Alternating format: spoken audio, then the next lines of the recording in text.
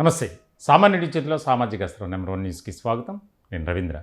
సజ్జల రామకృష్ణారెడ్డి ఈ పేరు రాజకీయాల్లోనూ అలాగే ఆంధ్రప్రదేశ్ రాష్ట్ర ప్రజలకు బాగా తెలిసినటువంటి పేరు.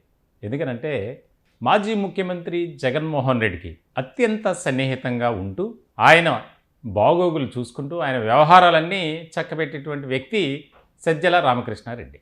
అటువంటి సజ్జల ఇప్పుడు జగన్పై తీవ్రమైనటువంటి కోపంతో మనస్తాపంతో కూడా ఉన్నారట. దానికి ముఖ్య కారణం ఇటీవల ఒక మీడియా సంస్థలో జరిగినటువంటి చర్చ, ఒక కార్యక్రమంలో ఆయన మాట్లాడినటువంటి విధానానికి సంబంధించి జగన్మోహన్ రెడ్డి చాలా సీరియస్ అయ్యారని, ఇద్దరి మధ్య చాలా గట్టిగానే వాదన జరిగినట్లు, ఇక మనం వైఎస్ఆర్సీపీలో ఉంటే ఇక మనకి సరైనటువంటి గౌరవం ఉండదు కాబట్టి మనం బయటికి రావాలి అని ఆలోచన చేసినట్లు ఒక పెద్ద ఎత్తున ప్రచారం సాగుతుంది. దీనికి సంబంధించి బలపడే అంశంగా మనం ఒక విషయాన్ని గుర్తు చేసుకోవాలి.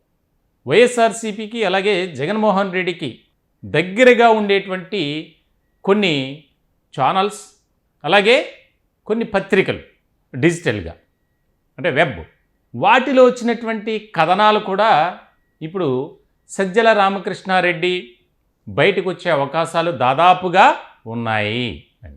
సజ్జల రామకృష్ణారెడ్డి గురించి చెప్పాలంటే ఆయన వైఎస్ కుటుంబానికి చాలా దగ్గరగా ఉన్నటువంటి వ్యక్తి, ఉమ్మడి కడప జిల్లాకు సంబంధించినటువంటి వ్యక్తి. ఆయన జగన్మోహన్ రెడ్డి పార్టీ ఎప్పుడైతే వైఎస్ఆర్సీపీ నెలకొల్పారో అప్పటి నుంచి ఆయనకు ఒక అడ్వైజర్గా ఉంటూ వస్తున్నారు. సాక్షి మీడియాలో ఆయన చాలా కీలకమైనటువంటి రోల్, ఎడిటోరియల్ ఎడిటర్గా అలాగే పబ్లిషర్గా అనేక విభాగాలను చూసుకునేటువంటి వ్యక్తి. అయితే 2019 నుంచి 2024 వరకు ఆ సాక్షి మీడియాకు అంటే ఇదివరకు హైదరాబాద్లోనే ఉంటూ అవన్నీ పర్యవేక్షించుకునేవారు. కానీ అధికారంలోకి వచ్చిన తర్వాత ఆయన ఒక ముఖ్యమైనటువంటి వ్యక్తిగా మారారు జగన్మోహన్ రెడ్డికి. దాదాపుగా ఏ వ్యవహారమైనా ఈయనకి తెలియకుండా జరగదు. అంటే ఎంత నమ్మారో ఇక్కడే మనకు అర్థమవుతుంది. ఇప్పుడు అటువంటి సజ్జల రామకృష్ణారెడ్డి పార్టీలోంచి బయటికి రాబోతున్నారు, జగన్మోహన్ రెడ్డికి గుడ్ బై చెప్పబోతున్నారు అనే ప్రచారం జోరుగా సాగుతుంది. దీనికి ఒక ముఖ్య ఉదాహరణ కూడా మనం చెప్పుకోవాలి. ఒక పత్రికలో, అది కూడా కీలకమైనటువంటిది, గ్రేట్ ఆంధ్ర, అందులో వచ్చినటువంటి కథనం ఏదైతే ఉందో దానికి సంబంధించి రాజకీయ వర్గాల్లో విస్తృతమైనటువంటి స్థాయిలో చర్చ జరుగుతుంది. సజ్జల రామకృష్ణారెడ్డి అంటే ఈ ప్రత్యేకంగా చెప్పక్కర్లా, జగన్మోహన్ రెడ్డి వ్యవహారాలన్నీ చూసుకునేటువంటి వ్యక్తి సజ్జల కుటుంబానికి ఎంత ప్రాధాన్యత ఇచ్చారో మనం చెప్పుకోకల. ప్రతి అంశానికి సంబంధించి ఆ కుటుంబానికి హై ప్రయారిటీ ఇచ్చారు. సజ్జల భార్గవ్ రెడ్డి, సజ్జల కుమారుడు, అతనుకు 2019 నుంచి 2024 వరకు వైఎస్ఆర్సీపీ అధికారంలో ఉన్నటువంటి సమయంలో సోషల్ మీడియా వింగ్ బాధ్యతలు అప్పగించారు. ఎంత ముఖ్యమైనటువంటి పరిణామమో చూడండి. ఆయన సోషల్ మీడియాను అడ్డుపెట్టుకుని అక్రమాలకు, అవినీతికి పాల్పడ్డారు అనేది తెర మీదకి వచ్చినటువంటి అంశం. అలాగే లిక్కర్ స్కామ్ కేసులో కూడా ముఖ్యమైనటువంటి వ్యక్తే అని. అయితే అతను అరెస్టును తప్పించుకోవడానికి ఇతర దేశాలకు వెళ్ళిపోయారు అనేది జరుగుతుంది.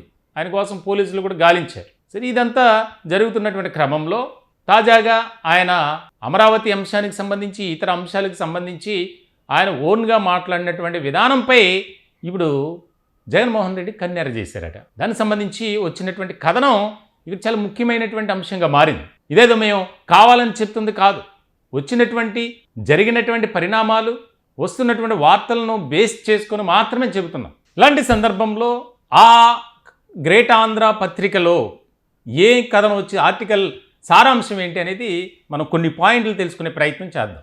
అన్నీ నువ్వే మాట్లాడితే ఇక నేనెందుకు, కీలకమైన రాజధాని అమరావతిపై మాట్లాడాలని ఎవరు చెప్పారు, ఇంతకు నీ గురించి నువ్వేమనుకుంటున్నావు, వైసీపీ అంటే నువ్వే అనుకుంటున్నావా, ఇలాగైతే పార్టీ నువ్వే నడుపుకో, జైళ్ళకు మాత్రం మేము, అధికారం చెలాయించడానికి నువ్వా అని సజ్జల రామకృష్ణారెడ్డిపై మాజీ ముఖ్యమంత్రి వైఎస్ జగన్ నిప్పులు చెరిగారు.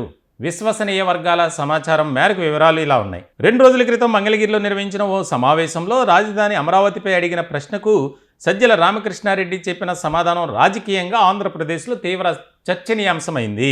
ఒకే రోజు వేరువేరు సందర్భాల్లో సజ్జలు ఏమన్నారు, జగన్కు కోపం తెప్పించిన ఆయన అభిప్రాయాలేంటో తెలుసుకుందాం. అమరావతి భవిష్యత్తు సీఎం చంద్రబాబు చేతిలోనే ఉంది. ఇంకా 3-4 ఏళ్ల పాటు కూటమి అధికారంలో ఉంటుంది. ఈలోపు అమరావతిని అభివృద్ధి చేసి ఎక్కడా కదలకుండా చేసుకోవాలా వద్దా అనేది వాళ్ళ చేతిలో ఉంది.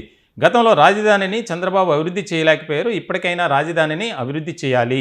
తర్వాత వచ్చే ప్రభుత్వానికి ఇతర ఆలోచనలు రాకూడదంటే అది కేవలం చంద్రబాబు చేతుల్లో మాత్రమే ఉంది. వైసీపీ అధికారంలోకి వచ్చిన రాజధాని అమరావతి నుంచి ఎక్కడికి పోదు, ఇక్కడి నుంచే మా నాయకుడు వైఎస్ పరిపాలన సాగిస్తారు.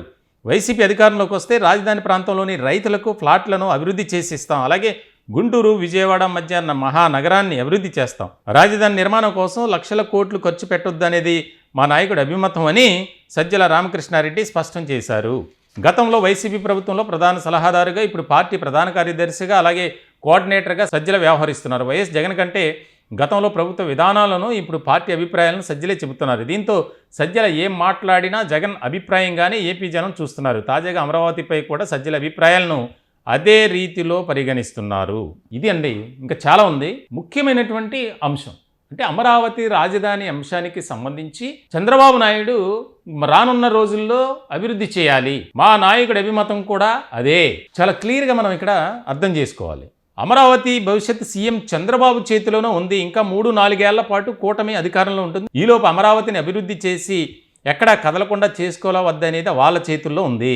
గతంలో రాజధానిని చంద్రబాబు అభివృద్ధి చేయలేకపోయారు, ఇప్పటికైనా రాజధానిని అభివృద్ధి చేయాలి. తర్వాత వచ్చే ప్రభుత్వానికి ఇతర ఆలోచనలు రాకూడదంటే అది కేవలం చంద్రబాబు చేతుల్లోనే మాత్రమే ఉంది. వైసీపీ అధికారంలోకి వచ్చినా, ఇక్కడ చూడండి స్పెషల్ క్లాజ్, వైసీపీ అధికారంలోకి వచ్చినా రాజధాని అమరావతిని ఎక్కడి నుంచి ఎక్కడికి పోదు, ఇక్కడ నుంచే మా నాయకుడు వైఎస్ పరిపాలన సాగిస్తారు. అసలు 3 రాజధానుల అంశానికి సంబంధించి వైఎస్ఆర్సీపీ ఏ రకమైనటువంటి ప్రచారం చేస్తుందో మనకు తెలుసు.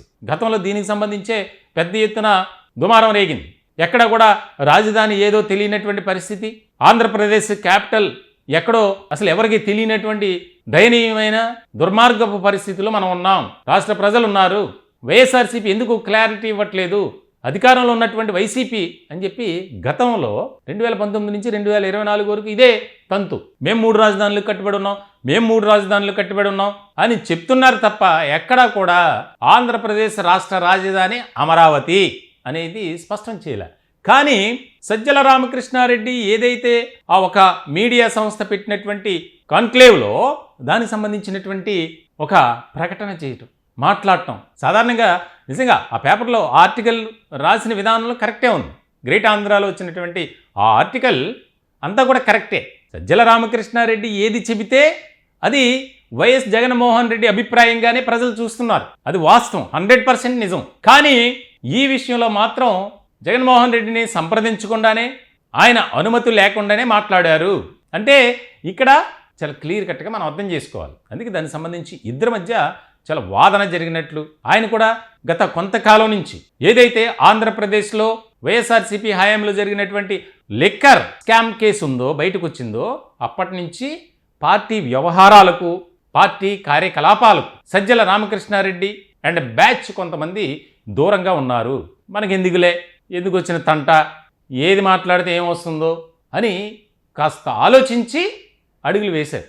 ఇప్పుడు ఆయన మాట్లాడటం, జగన్మోహన్ రెడ్డి క్లాస్ పీకటం, మీ పార్టీకి ఒక నమస్కారం అని సజ్జల చెప్పినట్లు, త్వరలోనే భారతీయ జనతా పార్టీలోకి సజ్జల రామకృష్ణారెడ్డి వెళ్తున్నారు అనే ప్రచారం జోరుగా సాగుతుంది. ఎందుకు అన్నట్టే భారతీయ జనతా పార్టీ పెద్దలతో ఇటీవల కాలంలో తరచూ వెళ్ళి కలవటం కూడా అత్యంత ప్రాధాన్యత కలిగినటువంటి అంశంగా మనం చూడాలి. సజ్జల రామకృష్ణారెడ్డి ఆయన చాలా స్లోగా ఆయన మాట్లాడే విధానం ఒక స్థాయిలో ఉంటుంది. వైఎస్ఆర్సీపీలో కొడాలి నాని కానీ, పేర్ని నాని కానీ, జోగి రమేష్ కానీ, అలాగే రోజా కానీ, వీరు మాట్లాడేటువంటి స్టైల్ ఒక రకంగా ఉంటుంది.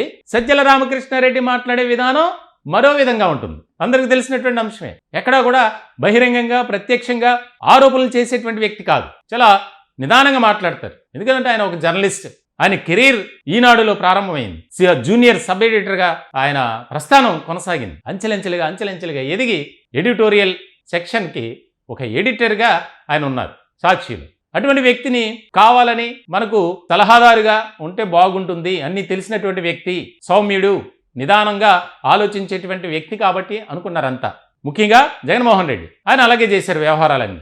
సో ఇటువంటి క్రమంలో తాజాగా జరిగినటువంటి ఈ పరిణామం ఏదైతే ఉందో దీనికి సంబంధించి ఆసక్తికరమైనటువంటి చర్చ జరుగుతున్నటువంటి నేపథ్యంలో సజ్జల రామకృష్ణారెడ్డి ఫ్యాన్ పార్టీకి గుడ్ బై చెప్పి కమల తీర్థం పుచ్చుకోవడానికి కమలతీర్థం పుచ్చుకోవడానికి సన్నద్ధమయ్యారు అనేది రాజకీయ వర్గాల్లో జరుగుతున్నటువంటి చర్చ.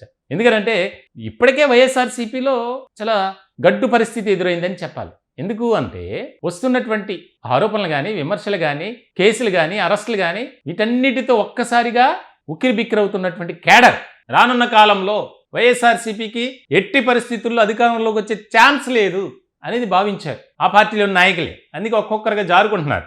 జగన్కు చుట్టూ ఉన్నటువంటి కోటరీ ఏదైతే ఉందో వారు పలాయనం చెత్తగిస్తున్నారు. ఉదాహరణకు విజయసాయిరెడ్డి, ఆయన అందరూ అనుకున్నారు జగన్మోహన్ రెడ్డితోనే ఆయన రాజకీయ ప్రస్థానం కొనసాగుతుంది, ఎన్ని అవరోధాలు, ఎన్ని ఇబ్బందులు, ఎన్ని ప్రతికూల పరిస్థితులు, ఎన్ని కష్టాలు, మరిన్ని నష్టాలు వచ్చినా సరే జగన్మోహన్ రెడ్డిని విజయసాయిరెడ్డి వదలరు అనుకున్నారు. కానీ ఏమైంది? ఆయనే మీకు నమస్కారం బాబు అని చెప్పి బయటకు వచ్చేసాయి. మరి ఆయనతో పోల్చుకుంటే సజ్జలు ఎంత? సో ఇటువంటి క్రమంలో సజ్జల రామకృష్ణారెడ్డి భారతీయ జనతా పార్టీలో చేరతారా లేదా అనేది ఒక అంశం అయితే, ముందుగా జగన్మోహన్ రెడ్డికి మీకు ఒక నమస్కారం అని గుడ్ బై చెప్పి బయటికి రావటం కూడా చాలా అత్యంత ప్రాధాన్యత కలిగినటువంటి అంశంగా మారబోతుంది. త్వరలోనే దీనికి సంబంధించి ఒక క్లారిటీ వచ్చే అవకాశాలు అయితే కనిపిస్తుంది. ఎందుకంటే ఎవరైతే వెళ్ళిపోతున్నారు అనే విషయం తెలిసినప్పుడు వారిని బతులాడుకునే పరిస్థితి వచ్చిందంట జగన్మోహన్ రెడ్డికి. తప్పదు మరి, ఎందుకంటే పార్టీ వీక్ అయిపోతుంది. ఆయనే అసలు బిగ్ బాస్గా ఎప్పుడు జైల్లోకి వెళ్తాడో తెలియనటువంటి పరిస్థితి. మరి ఇవన్నీ ఒక ఇబ్బందికరమైనటువంటి పరిస్థితులు. జగన్మోహన్ రెడ్డికి ముప్పేట దాడి జరుగుతున్నటువంటి తరుణంలో సజ్జల వ్యవహారం ఏ రకంగా మలుపులు తీసుకుంటుంది అనేది చాలా కీలకమైనటువంటి అంశంగా మారింది. ఈ టాపిక్పై మీ విలువైనటువంటి అభిప్రాయాలు కామెంట్ రూపంలో తెలియజేయండి. దయచేసి మా ఛానల్ని సబ్స్క్రైబ్ చేసుకోండి. Thank you.